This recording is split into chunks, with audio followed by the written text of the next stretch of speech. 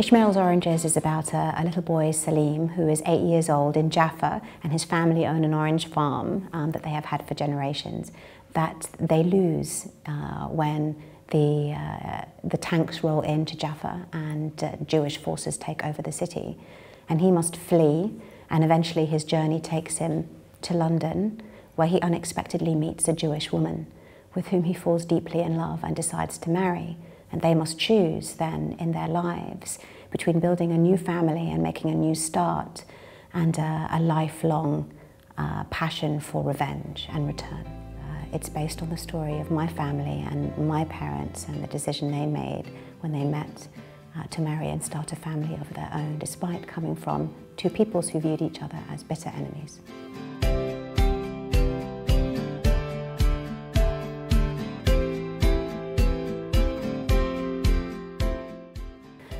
My mother's family is survivors of all of the traumas that have afflicted the Jews in the 20th century and even before, the pogroms in Russia, the Holocaust of the Second World War.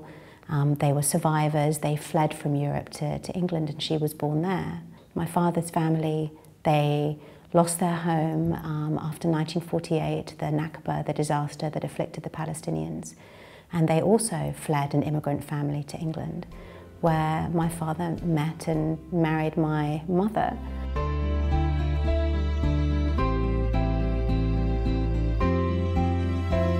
And my experience of growing up with these two families, even though there were many things about them that were very, very different. I mean, they spoke a different language and they ate different foods, but also there were things about them that were incredibly similar. You know, they were two big immigrant clans. They lived together, they saw each other all the time, each family. They were extremely close. And even though it was so different, it was also strangely similar.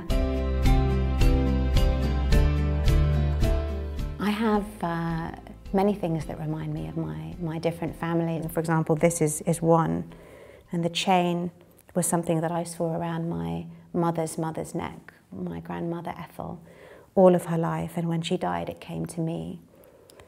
And the charm was something that my Arabic Palestinian grandmother, my Teta, gave to me, a hand of Fatima for protection.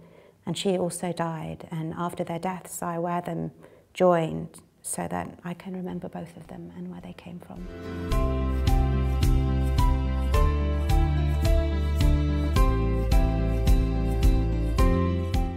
Arabs and Jews are not condemned to be enemies. Nobody is condemned to be to fight endlessly. And wars end. I hold on to this belief. I believe that there are many people who want to start to build those bridges and not rely on the politicians to do it alone.